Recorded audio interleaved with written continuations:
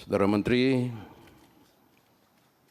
kalau tadi Saudara Menteri mengatakan akan membela bahkan mati-matian ketika ada para pejabat internal dari Kementerian Antar BPN ketika mereka dipersalahkan. Padahal mereka sudah bicara, sudah bekerja secara benar. Faktanya tidak begitu, Pak. Tidak begitu. Kalau Saudara Menteri mungkin sudah tahu, kami ini getol ke daerah, Pak. 21 provinsi. 21, Pak, provinsi. Ya, di negara kita ini. Catatan saya, Pak, 78 pejabat BPN sekarang sedang bermasalah hukum, Pak. Saya pelajari, Pak. Ada dalam proses penyelidikan. Sini ada Brigjen Polisi, ada polisi juga. Ada proses penyidikan yang sudah jadi tersangka. Ada dalam proses persidangan. Ada juga yang sudah diputuskan bersalah, Pak. Kan begitu. Nah, bagaimana caranya Saudara Menteri, ya, sahabat saya, Pak Raja ini, ya, petinggi PSI, ya kan begitu, sekjen kan, gitu. Ya, bisa Saudara Menteri dan jajarannya membela mati-matian ini, Pak. Semua bicara anggaran, Pak Menteri. Anggaran BPN itu untuk, ndak usah bantuan hukum, Pak, untuk penanganan sengketa saja di kementerian itu hanya 60 kalau saya nggak salah. Mana Pak Dirjen sengketa di sini? 60, Pak, ya? 60 kan? 60 saja, Pak, sengketa yang bisa di-cover dengan anggaran. Sementara setiap tahun itu sengketa itu lebih dari 1000, Pak. Bagaimana caranya? Kita bicara tentang pembelaan kepada masyarakat. ATR BPN itu selalu turut tergugat, Pak. Jarang sebagai tergugat. Turut tergugat itu, Saudara Menteri tahulah, ya, hanya tunduk kepada putusan pengadilan. Turut tergugat, Pak. Dan jarang sebagai tergugat. Ini Pak Menteri. Jadi sebelum, ya, Pak Menteri kita ini bicara tentang mafia tanah, Pak, selesaikan dulu pembelaan terhadap teman-teman ATR BPN ini, Pak. Selesaikan dulu, Pak. Itu intinya, Pak. Kita nggak mungkin bisa bicara pemberantasan mafia tanah, Pak. Nggak bisa. Ini semua akan ketakutan. Saya nggak tahu ini virtual nggak.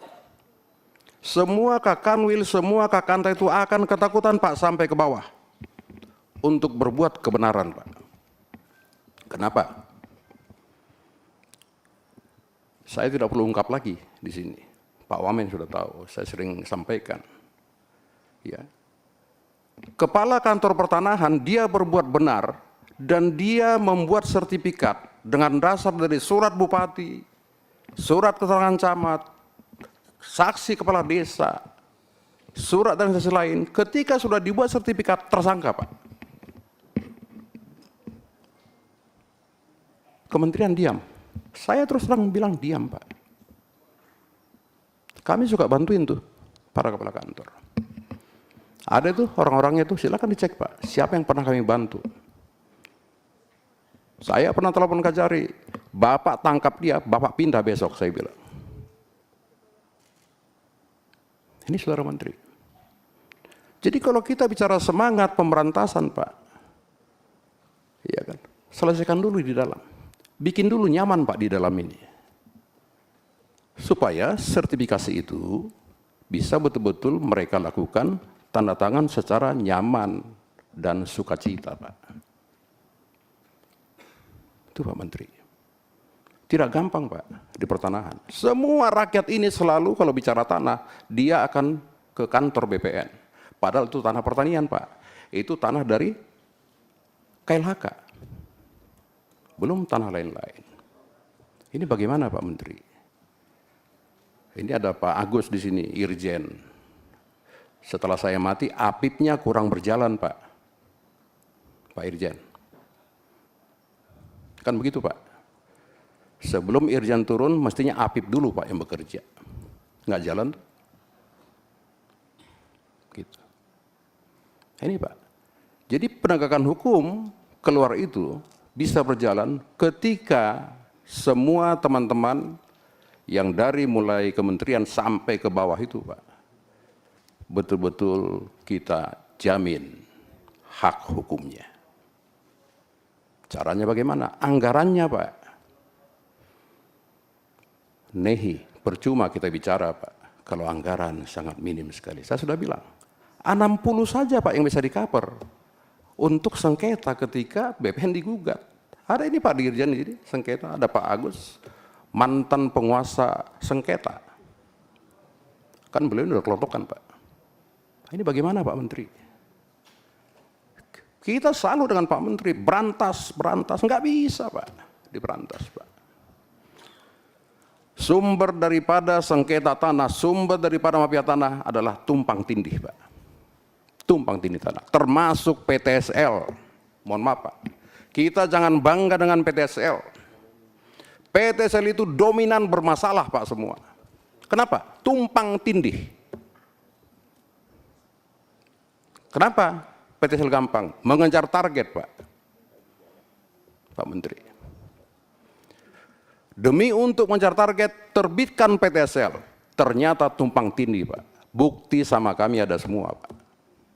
Pak Menteri. Dengan bermasalah itu panggil kepala kantornya Pak. Lakukan penyidikan tersangka. Gitu Pak. Berat Pak Menteri. Sangat berat sekali. Nah bagaimana caranya Pak Menteri bisa menyelesaikan ini? Dengan Pak Wamen.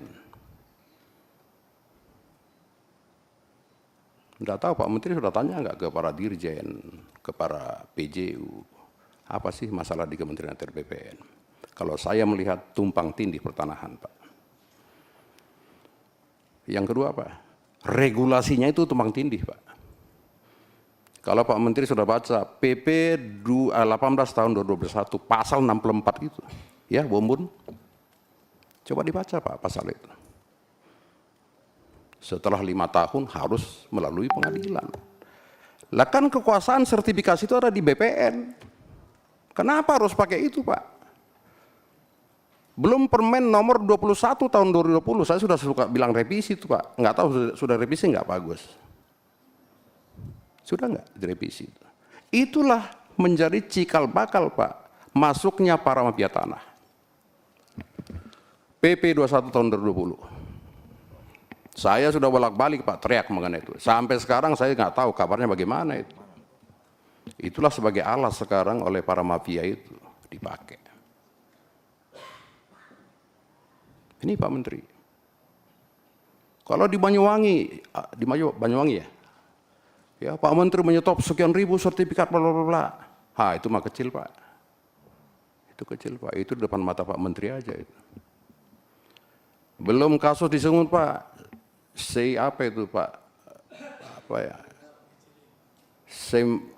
Malingkar, Mencirim Pak. Sampai detik ini Pak tidak selesai.